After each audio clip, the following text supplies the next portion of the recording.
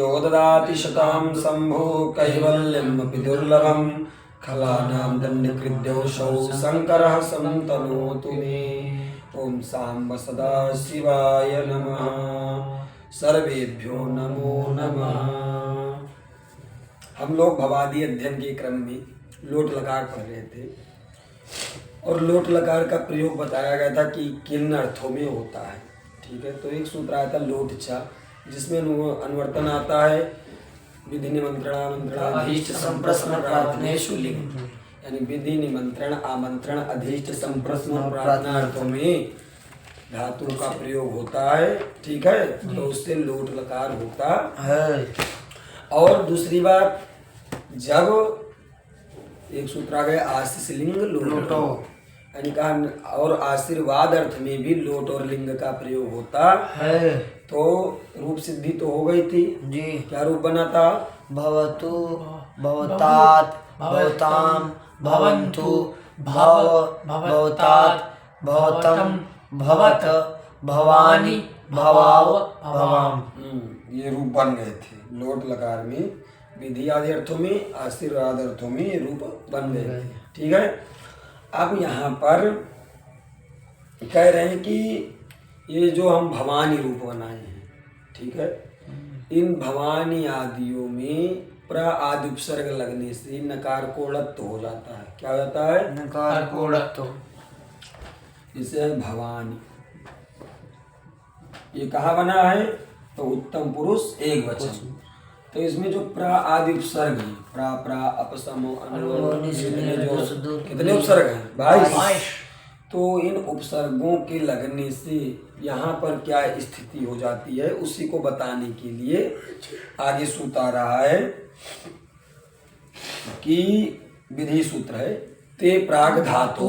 सूत्र क्या है? ते प्राग धातु। ते, अब ते, ठीक है, अब देख लो पहले इसमें पद क्या है।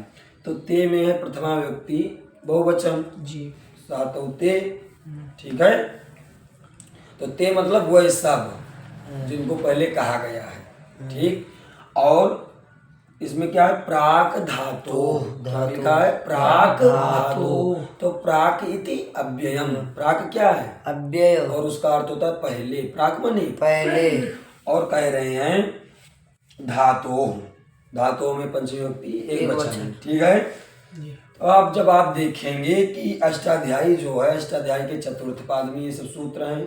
कौन सूत्र हैं? ते प्राग धातु। उपसर्गा क्रिया योगी गतिश्चा, उपसर्गों जो ये क्रिया के योग में उपसर्ग हैं। ठीक है, क्रिया योगी उपसर्गा, उपसर्गा क्रिया योगी सूत्र क्या कहता है? सूत्र पढ़े हो जी, आज संधि में है सूत्र जी। क्या कहता है? उपसर्गा क्रिया योगी, और उसके बाद में फिर सूत्र है उपसर्गादित धातु। हाँ, ये कहता है प्रादियों का प्रादेह क्रिया योग उपसर्ग संज्ञा से प्रादि की क्रिया के योग में उपसर्ग संज्ञा होती है। ठीक है जी, प्रा आदि जितने भी उपसर्ग हैं जब वो क्रिया के योग में होते हैं, क्रिया के साथ, तो क्रिया कौन है? तो भुआदयो धातवा। भुआदयो धातवा, जो भू आदि धातु हैं क्रिया के वाची शब्द, उन्हीं को कौन सी संज्ञा होती है? धातु संज्ञा होती है। धातु संज्ञा करने वाले दो ही सूत्र हैं। सामान्य स्थिति में सबकी संज्ञा करने के लिए भुआदयो धातवा, जो कोई भी क्रिया के वाची शब्द होंगे तो उनकी धातु संज्ञा होती है। और एक सूत्र आता है सनाद्यंता धातवा। जो सन आदि प्रत्यय कहे गए हैं, सन क्यच कामेच क्यंग क्यस, ये जो प्रत्यय हैं, तो ये प्रत्यय जिस शब्द से जिस धातु से लगते हैं उनकी भी धातु संज्ञा हो जाती है।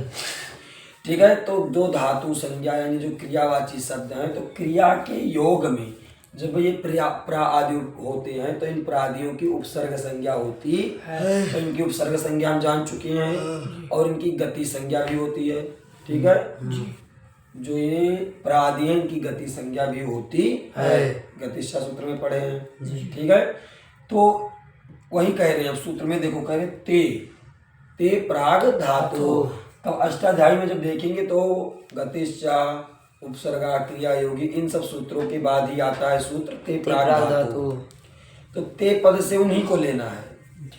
ते मतलब जो जितने उपसर्ग हैं जिनकी गति संज्ञा की जा चुकी है और जिनकी उपसर्ग संज्ञा की जा चुकी है, वो कहाँ पर प्रयोग होते हैं? प्राग धातु। कहाँ प्रयोग होते हैं? प्राग धातु। धातु के पहले प्रयोग होते, उसी धातु मैंने बता रहे हैं कि इनका प्रयोग कहाँ करना है, इन उपसर्गों का प्रयोग कहाँ पर करना है वही बता रहे हैं। तो कह रहे ते गत्युपसर्ग संज्ञा, यानी जो पहले हम जिनकी गति और उपसर्ग संज्ञा कर चुके हैं उन गति और उपसर्ग संज्ञकों का धातु हो, ठीक है, धातु से प्रागेव पहले ही प्रयोक्तव्या मैंने प्रयोग करना चाहिए या कहना चाहिए। ठीक है। जिनकी पीछे गति या उपसर्ग संज्ञा की जा चुकी है वो धातु से पहले ही प्रयुक्त होते हैं, ठीक। तो प्रादि की धातु संज्ञा और गति संज्ञा की जा चुकी है, इनका प्रयोग कहाँ पर होगा? कहाँ पर होगा? धातु से पहले। धातु से इसलिए पूर्व। होगा ते। प्राग ते से किसको जानना है? जिनकी गति संज्ञा और उपसर्ग संज्ञा की जा चुकी है, ठीक है जी। तो उन उपसर्गों का प्रयोग कहाँ होगा? तो प्रागेव वक्तव्या, मैंने पहले ही कहना चाहिए। धातु हो, धातु से पहले कहना चाहिए। तो धातु ये है, वो धातु है, धातु के पहले लग गया उपसर्ग प्रा। क्या लग गया? सर्ग प्रा हो गया, हाँ। ठीक। अब इसमें देखो कि ये इसमें अटकुपमांगनुम व्याग सूत्र लग पाएगा? बताओ। अटकुपमांगनुम व्याग क्या कहता है? अटका वर्ग पावर ठीक है, देखो वो सीधा सीधा उसमें अनुवर्तन होता है रसाभ्याम नोड़ा समान पद। वो सूत्र कहाँ कार्य करेगा? जहाँ समान पद होगा। जी जी।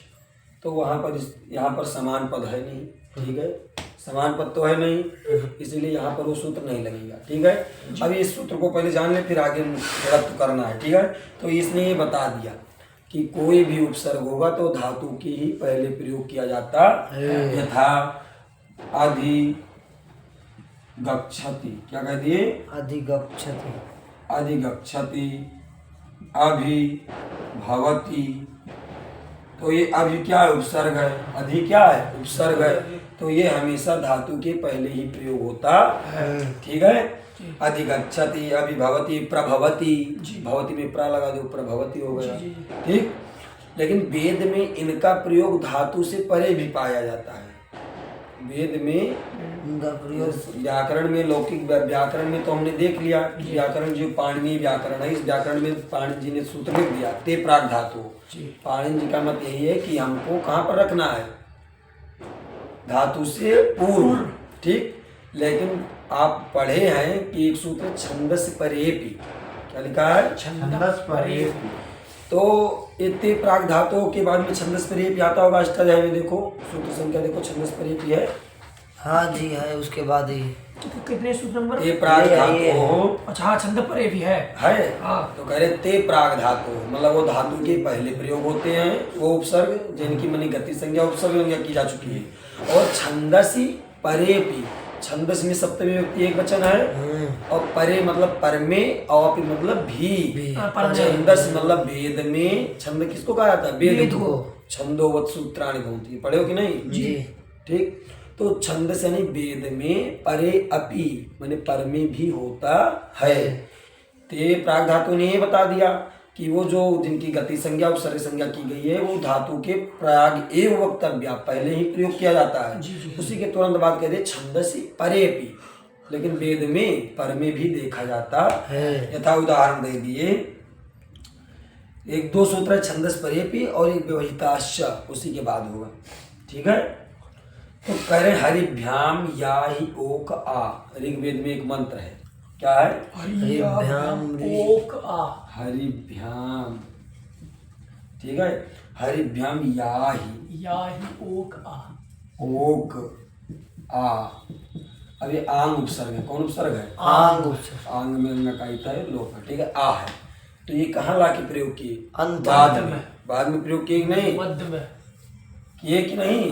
धातु यहाँ है या ही, धातु ये है या ही, ठीक है जी। या ही रूप में बनेगा जी। कल बताए थे कि यहाँ पर ही, जो ही है या ही का उदाहरण दिए थे, बिल्कुल दिए थे कि अदंता अदंतंग क्यों कहा कि अदंतंग से परे ही का लुक क्यों होता, तो उसको आठ का आगम, आठ के आगम के विषय में नहीं, यहाँ पर कहे कि जो ये सूत्र था अतो हे हाँ उस कि अदंत अंग से पहले ही का लुक लुक हो होता है, तो भव में लुक हो गया था, भव बना था। जी उसी प्रकार अदंत अंग इसलिए कहा गया कि केवल अदंत अंग से वही परे लुक ही हो। का लुक हो, नहीं तो यहाँ पर ये आदंत आदत वही तो वहाँ इससे भी पर परे वहाँ इसका पर कोई 8 सूत्र नहीं आ जाएगा तो 8 पे वृद्धि। ठीक। तो देखो अब यहाँ पर क्या प्रयोग मिला, आंग ये आंग उपसर्ग है, ये कहाँ पर प्रयोग किया गया, बाद में बाद में किया गया कि नहीं। तो ये चीज ध्यान में रखना है कि पाणिनि जी अपने व्याकरण में क्या ये बता दिए कि जो ये परादि उपसर्ग होंगे धातु के पहले प्रयोग होंगे, लेकिन छंदस यानी वेद में परे भी पर में भी प्रयोग मिलता है। ठीक है। अब इसमें ऋणत्व विधान करने के लिए सूत्र लिख रहे हैं। ठीक है, ये बात हो गई।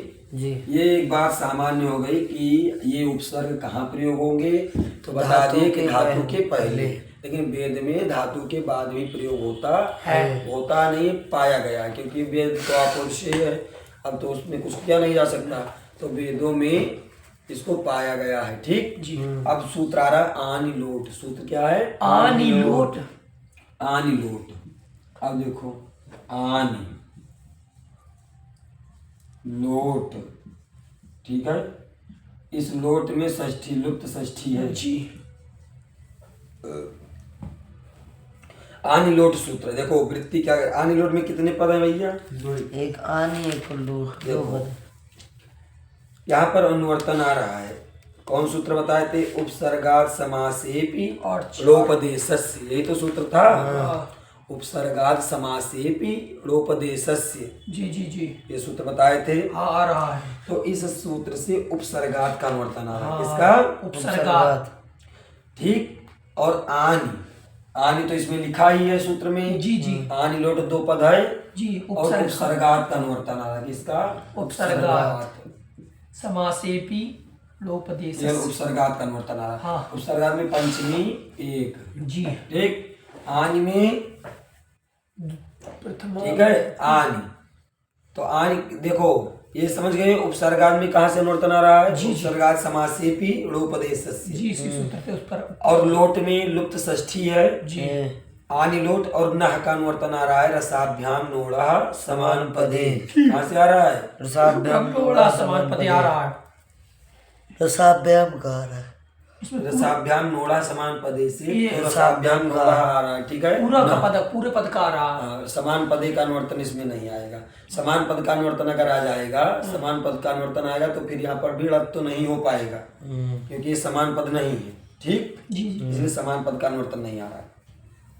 तो देखो कितने अनुवर्तन हो गए, दो। एक नह अनुवर्तन आ गया। हाँ। ठीक, तो नह आ गया और ड़ह का भी अनुवर्तन आ रहा है। हाँ। नह में षष्ठी एक है और ड़ह में प्रथमा विभक्ति एक वचन है। अब देखो इतने पद हो गए। इसमें भी लुप्त षष्ठी है, आनी में षष्ठी है, लोट में षष्ठी है। आनी लोट जो दोनों पद सूत्र में लिखे हैं, इन दोनों में लुप्त षष्ठी है। इसमें है उपसर्गाद आनी लोट नह ड़। ठीक जी तो अब देखो इसका अर्थ कर रहे हैं उपसर्गात। ठीक है जी। और कैसे उपसर्गात, तो कह रहे हैं कैसे उपसर्गात, तो निमित्ता जिसमें निमित्त हो। देखो वृत्ति में देखो जी उपसर्गास्था निमित्तात् परस्य। ठीक, उपसर्ग में स्थित जो निमित्त उससे परे, ठीक, उससे परे जी लोट लकार में आदेशित आनी। ठीक है जी लोट देश में आदेशित आनी की नकार को लकार होता है। समझ वृत्ति देखो, उपसर्गास्था निमित्तात् परस्य लोडादेशस्य आनी इत्यस्य नस्यड़ः स्यात्। क्या रूप बना, प्रभवाणी। क्या बना, प्रभवाणी। समझ गए जी। अब देखो उपसर्ग जैसे प्रा उपसर्ग है, दूर उपसर्ग है जी कि नहीं है जी। दूर उपसर्ग में भी नकार को लकार करने का निमित्त है। यहाँ देखो रा मिल रहा है कि नहीं, प्रा उपसर्ग है इसमें भी रहा है, तो ये नकार को लकार करने वाला निमित्त है कि नहीं। तो वही कह रहे उपसर्गा अस्था निमित्ता, पर उपसर्ग में स्थित जो निमित्त यानी कि री र स, उससे परे लोट में आदेशित आनी के नकार को लकार होता है। जी। इधरिया देख लो। जी जी बोलिए बोलिए। देख रहे हैं सर। देख ठीक, समझे कि नहीं समझे? जी समझे। क्या समझे? कि जो इसमें लत और प्रा उपसर्ग पूर्वक है। क्या समझे तुम बताओ।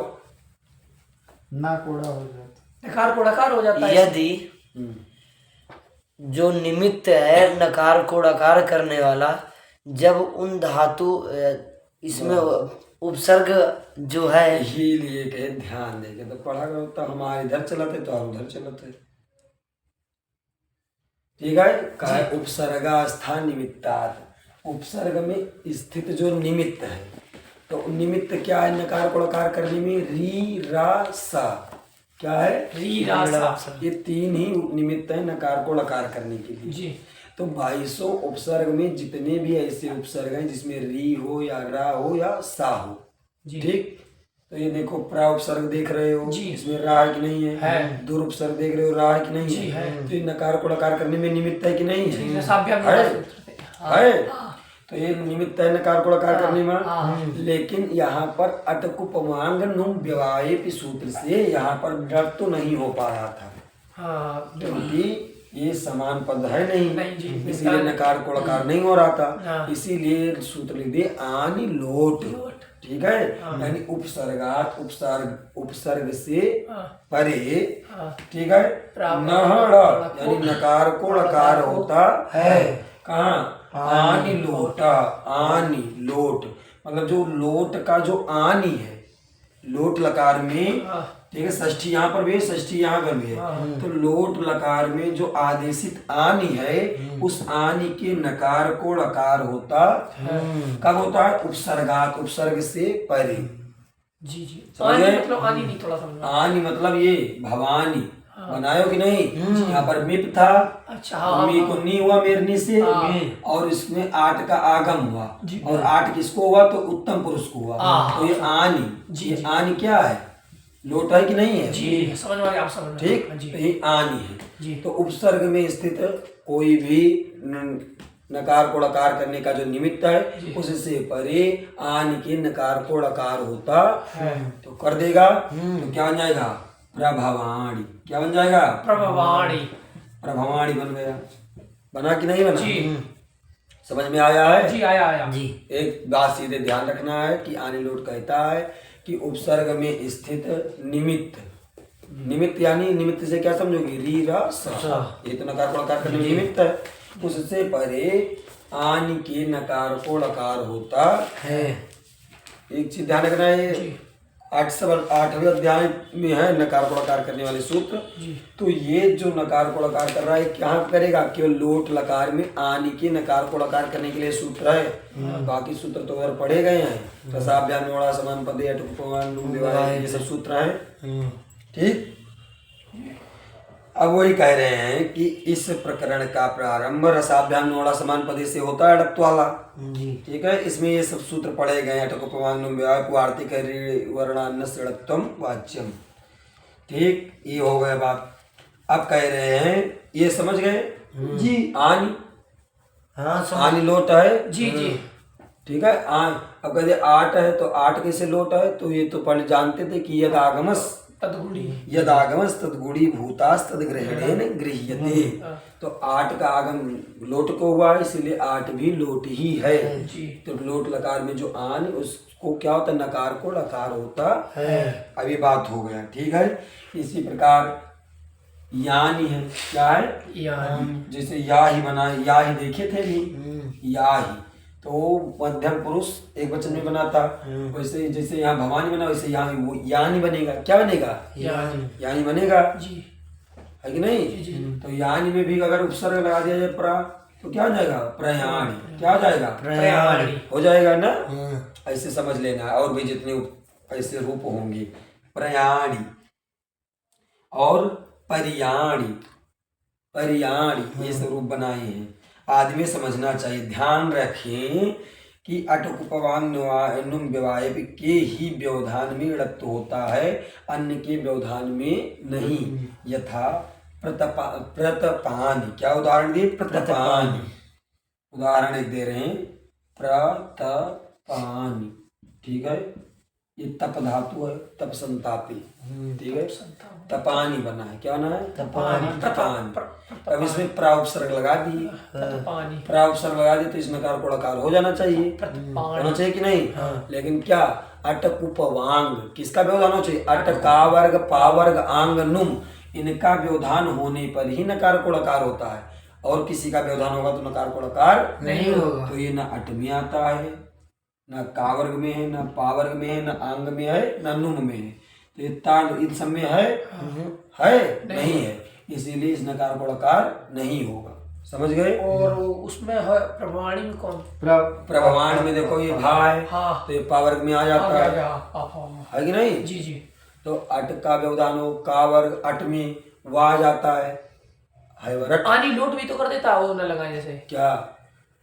जैसे अटकुप भी ना लगाए, आनी लोट लगा ले। अटकुपवांग नुम व्यवायिका भैया आनी लोट में अनुवर्तन आ रहा है। अच्छा। तो नकार को ड़कार कब होगा? कोई भी नकार को ड़कार करेगा तो वो किसके व्यवधान होने पर करेगा? अट कावर्ग पावर्ग आंग नुम, इसका अनुवर्तन इसमें आ रहा है आनी लोट में। तो आनी लोट नकार को ड़कार तो कर रहा है, लेकिन वो भी जो पूर्व में व्यवधान बताए गए उन्हीं व्यवधानों के रहने पर ही नकार को ड़कार करेगा। अगर दूसरे कोई व्यवधान आ रहे हैं उनसे अतिरिक्त तो वो नकार को ड़कार नहीं होगा। ठीक समझ गए? तो ये प्रतपानी है, यहाँ पे तकार है, इसके चलते यहाँ पर नकार को ड़कार नहीं होगा। ये ध्यान रखना है कि अटकावर्ग पावर्ग आंगनुम इनका व्यवधान रहने पर ही नकार को ड़कार होता है, और कोई वर्ण अगर व्यवधान में है तो नकार को ड़कार नहीं होगा। ठीक, तो ऐसे बन गया प्रभवाणी, प्रयाणी, परियाणी। ठीक है, इस प्रकार का कोई भी उपसर्ग आएगा जिस उपसर्ग में क्या हो? निमित्त हो। क्या निमित्त हो? नकार को लकार करने वाला। क्या निमित्त है? री र स। तो उससे परे लोट लकार में जो आदेशित आनी है उस आनी के नकार को लकार हो जाता है। अब देखो, लोट का आनी इसलिए किया कहा गया कि प्रवपानी और मांसानी, ये दो रूप बता रहे हैं। ठीक है, ये मांसानी क्या रूप बना है? मांसानी। और ये क्या कह रहे हैं? प्रवपानी, प्रवपानी।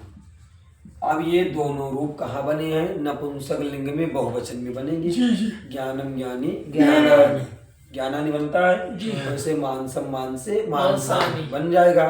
वैसे क्या ले प्रवपानी ये बना है कि नहीं?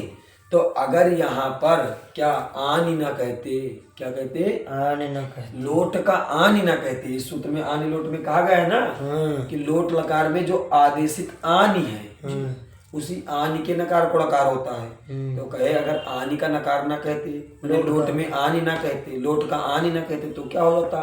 कहे अगर लोट का आनी ना कहते तो यहाँ पर भी आनी है, यहाँ पर भी आनी है जी, लेकिन ये नपुंसक लिंग के प्रथमाविभक्ति बहुवचन के हैं, इसमें तो लोट वाला आनी है नहीं। तो इसीलिए कहा गया कि इन आनियों में नकार को ड़कार ना हो। ठीक, यानी लोट लकार में जो आनी है उसी के नकार को ड़कार करना है। ये नपुंसक लिंग में है, ठीक है, ये लोट का आनी है नहीं, इसलिए इस नकार को ड़कार नहीं होगा। समझ गए? अब आगे देखिए, इस पे और विस्तृत व्याख्या वहाँ पर भाष्य में बता रहे हैं कि महाभाष्य में लोट के ग्रहण का प्रत्याख्यान किया गया है। ठीक, न्यास और तत्वबोधनी भी द्रव्यष्ट है। अब करें रक्त प्रकरण में समान पदे का अधिकार होने से प्रभवान आदमी अटकुपवांगनुम विवाह से रक्त प्राप्त नहीं था, अतः इस सूत्र का आरंभ किया गया है। ये बात बता चुके हैं कि इसमें रक्त प्राप्त नहीं था क्योंकि समान पद नहीं है, इसलिए आनी लोट सूत्र लिखना पड़ा। ठीक, अगर समान पद होता तो आनी लोट लिखने का कोई प्रयोजन नहीं था। अब देखो, कह रहे हैं चलो ठीक है आपने बता दिया भैया। अब एक उपसर्ग रह के लिख रहे हैं दूर, दूर उपसर्ग है और उसके बाद लिख दिए भवानी। ठीक, जैसे परा भवानी था वैसे दूर भवानी है। दूर भी, इसमें भी रक्त करने का निमित्त है कि नहीं? जी है, मिल रहा है। तो जब ये ऐसी स्थिति हुई तब इसको भी दूर भवानी कर देना चाहिए, हो जाना चाहिए कि नहीं? कौन उपसर्ग नहीं है? दूर उपसर्ग नहीं है।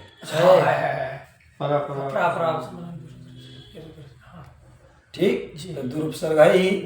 तो यहाँ पर कहे कि नकार को ड़कार कर दो आनी लोट से, कर देना चाहिए। जी। तो कहे कि नहीं दुर्भवान ये अनिष्ट रूप बन जाएगा, इसलिए एक वार्तिक लिख दिए। क्या है देखो वार्तिक, दुरः सत्त्वरत्तयोः सर्गत्व प्रतिषेधो वक्तव्यः।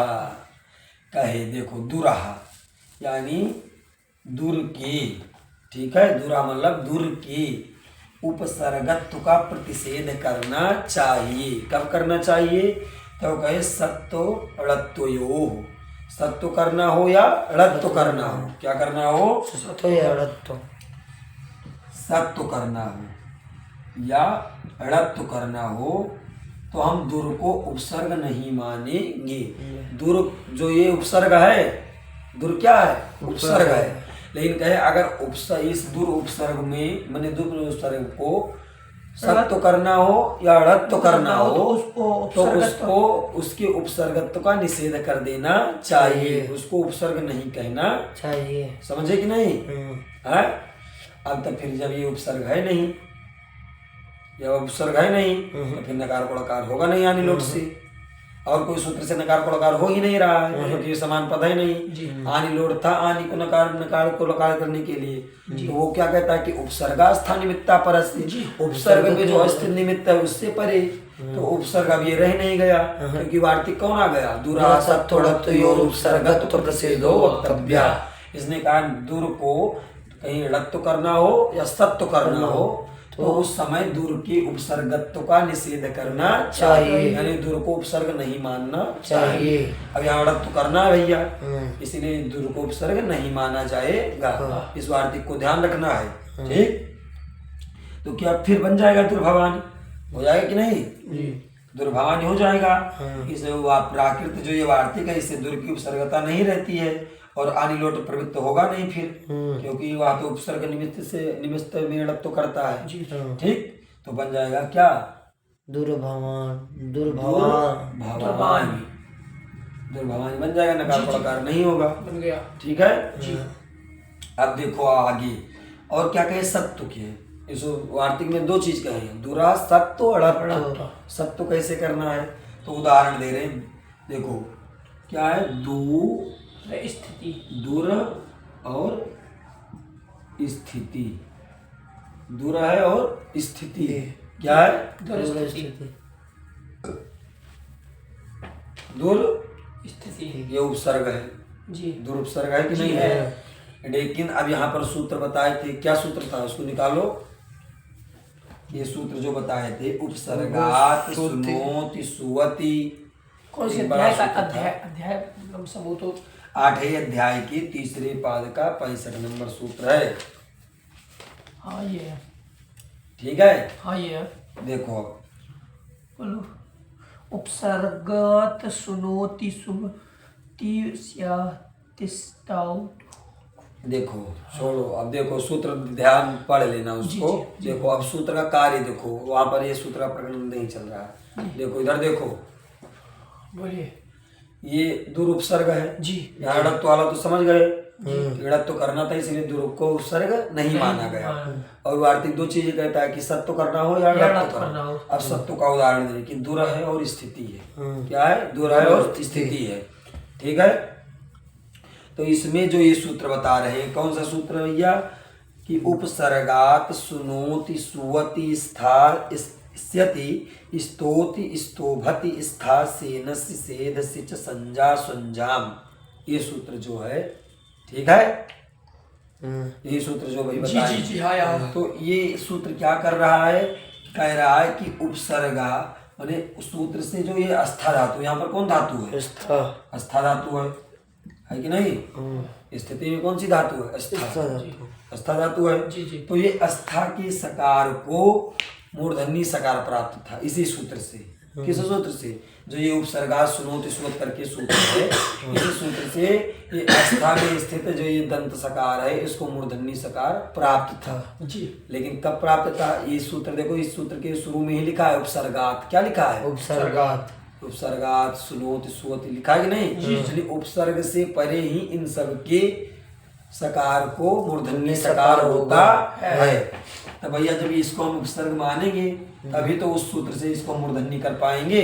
लेकिन ये वार्तिक ने क्या कह दिया कि दूरा सत्व प्रतिषेधो वक्तव्य, यहाँ पर सत्व करना है मूर्धन्य, इसीलिए दूर को हम उपसर्ग मानेंगे नहीं, इस वार्तिक ने निषेध कर दिया है। तो इसीलिए जो उपसर्गात सुनोत ये सूत्र है, इससे जो यहाँ पर मूर्धन्य सत्व प्राप्त था वो सत्व नहीं होगा, क्योंकि उपसर्गात वो कहता है क्या, उपसर्गात उपसर्ग से परे।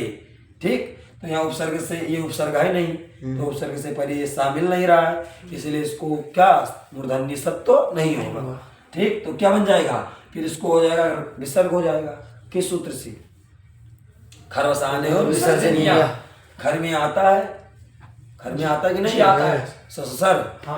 तो इसीलिए इसको हो जाएगा विसर्ग, तो हो जाएगा दुहु स्थिति स्थिति क्या हो जाएगा, दुस्थिति। दुस्थिति विसर्ग है। ठीक, दुस्थिति बन गया। इस वार्तिक को समझ गए कि कहीं सत्व और रत्व करना हो तो दुर को उपसर्ग नहीं कहा जाएगा, उसकी उपसर्ग का निषेध कर देना चाहिए। अब देखो जस्टर कहाँ, एक वार्तिक और होगा जी है। जी। अब देखो, अब यहाँ पर शब्द है, देखो अंतर क्या लिखे हैं, अंतर अंतर है और भवानी, अंतर है और भवानी। भवानी तो मध्यम और उत्तम पुरुष एक वचन का रूप है जी। ये अंतर, ये अंतर तो अब उपसर्ग उपसर्ग में आता नहीं है, है, नहीं है। है नहीं है। ये है अव्यय, क्या है अव्यय।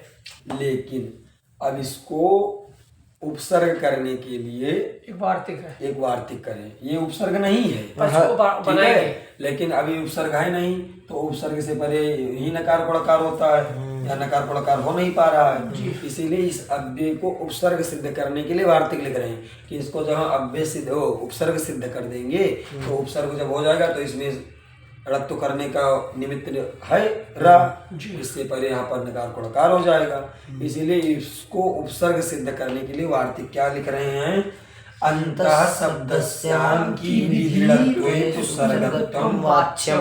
अंतः शब्दस्यां, ठीक है, की विधि रत्वेषु उपसर्गत्वं वाच्यम। देखो कह रहे हैं अगर अंतः, अंतर शब्द से, किस शब्द को, अंतर शब्द को, वार्तिक देखो अंतर अंतः लिखे है ना, जी जी, उसको इसी सूत्र से खरवसाने विचरने में विसर्ग अंतर लिखा हुआ है। अंतर शब्द से, अंतर शब्द को क्या करना हो भैया, कहे की विधि, ठीक है, अंग, कहे देखो की विधि शब्दस्य अंग, क्या लिखा है, शब्दस्य के बाद क्या लिखा है, अंग, फिर लिखा है की विधि, क्या लिखा है, और क्या है, रत्वेप उपसर्गत्वं वाच्यम। ठीक जी, यानी अंग प्रत्यय के विधान में जी, अंतर शब्द को वार्तिक से समझो, अंतर शब्दस्य, अंतर शब्द को, ठीक जी, की विधि करना हो, अंग प्रत्यय का विधान करना हो, या रत्व कहना हो तो उपसर्ग कहना चाहिए। क्या समझे कि अंतर ये अव्यय नहीं है, लेकिन अगर अंतर ये अव्यय नहीं है, अव्यय है, उपसर्ग नहीं है, उपसर्ग नहीं, अंतर है, ठीक है। और नकार पड़कार कब होता है, उपसर्ग में, इसको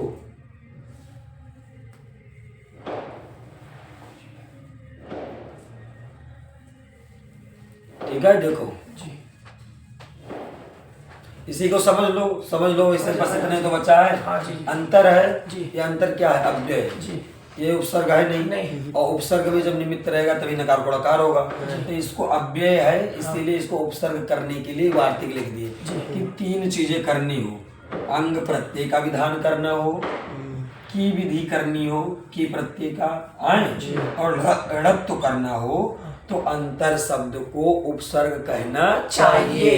इस वार्तिक ने बता दिया। जी। 3 चीजें कि अंग प्रत्यय का विधान करना हो की और या की प्रत्यय की विधि करना हो या की प्रत्यय का विधान उपसर्ग घो की सूत्र है ना, और लग तो करना हो। तो अंतर शब्द को ये अव्यय है लेकिन फिर भी इसको उपसर्ग कहना चाहिए। तो जब हम इसको उपसर्ग मान लेंगे तो अंतर देख रहे हैं इसमें ये उपसर्ग हो गया तो उपसर्ग में स्थित निमित्त है, इससे परे आनि के नकार को रकार हो जाएगा तो हो जाएगा अंतर भवानी। क्या बन जाएगा? अंतर्भवाणी। अंतर्भवाणी बन गया। जी अब देखो अंतर्भवाणी हो गया, ठीक जी इस वार्तिक को समझ गए जी। और आगे इस उदाहरण दिया जाएगा इसका। जी ये अंग प्रत्यय के विधान में यथा अंतर्धा शब्द बनाए हैं जी। ये सब आगे मिलेगा। जी ठीक है, जी। अड़प तो करना था, अड़प तो बता दिया बता है। जी जी ठीक। समझ आ गया। उसके बाद में कह रहे की प्रत्यय के विधान में अंतर्धी शब्द बना है या अंतर के उपसर्ग होने से उपसर्गो घो की सूत्र द्वारा धातु से की प्रत्यय हो जाता है। जी जी अंतर वहां पर भी अव्यय है लेकिन जब इसको इसी वार्तिक से उपसर्ग सिद्ध कर देंगे तो क्या प्रत्यय हो जाएगा? की प्रत्यय हो जाएगा उपसर्ग घो की सूत्र से। ठीक है, तो 3 चीजें जब करनी होगी तो अंतर को हम अव्यय उपसर्ग मानेंगे भले ही अव्यय है। तो अंग प्रत्यय में इसको अव्यय पाया उपसर्ग पाया गया है, की विधि करनी हो तो इसको उपसर्ग कहा जाएगा। अड़प तो करना था इसलिए अव्यय होते हुए भी उपसर्ग इसको माना गया। ठीक, अब आगे एक सूत्र आ रहा है लत्त में अंतर्भवाणी। यहाँ अंतर शब्द की उपसर्ग संज्ञा होकर आनि लोट के आनि के नकार को ड़कार हो जाता है। इसी प्रकार अंतर आयानी। ठीक है, क्या बता रहे हैं? अंतर आयानी। अंतर आयान एक उदाहरण दे रहे हैं। अंतर आयानी नकार है यहाँ पर इसको उपसर्ग मान लेंगे, गलत तो करना है तो हो जाएगा अंतर आयाणी। क्या बन जाएगा? आयाणी। ये तो सीख तरह बने अंतर्भवाणी अंतर्याणी। अंतर अब आ इसमें मिल जाएगा अंतरायाणी। क्या बन जाएगा? अंतरायाणी। अंतरायाणी अंतरायाणी बन गया तो ये लप तो हो जाता है। अब आगे एक सूत्र है। अब लोट लकार में अब 2 चीजें बनानी थी, वस और मस बचा था सिद्ध करने के लिए। ठीक है,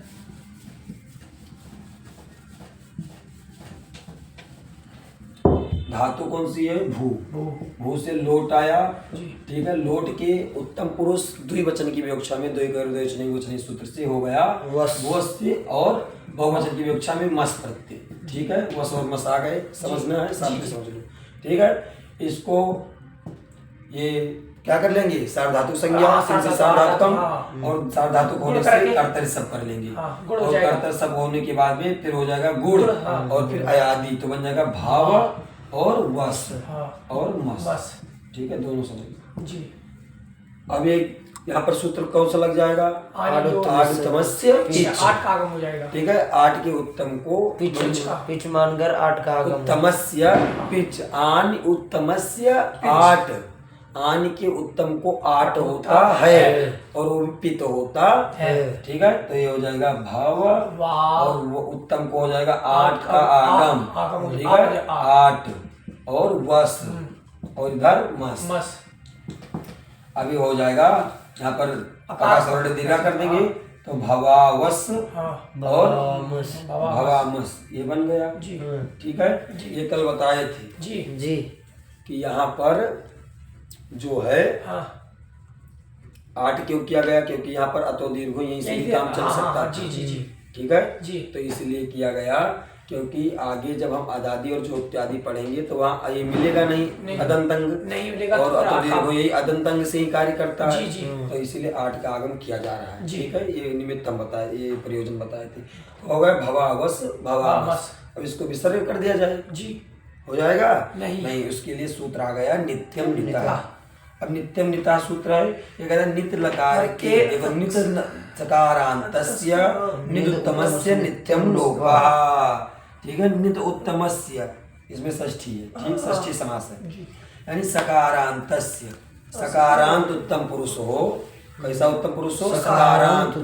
तो उसके सही, ठीक है, उसके सकार का क्या होता है? नित्य लोप हो जाता है। कहाँ पर होता है? नित्य लकार में। कहाँ पर होता है?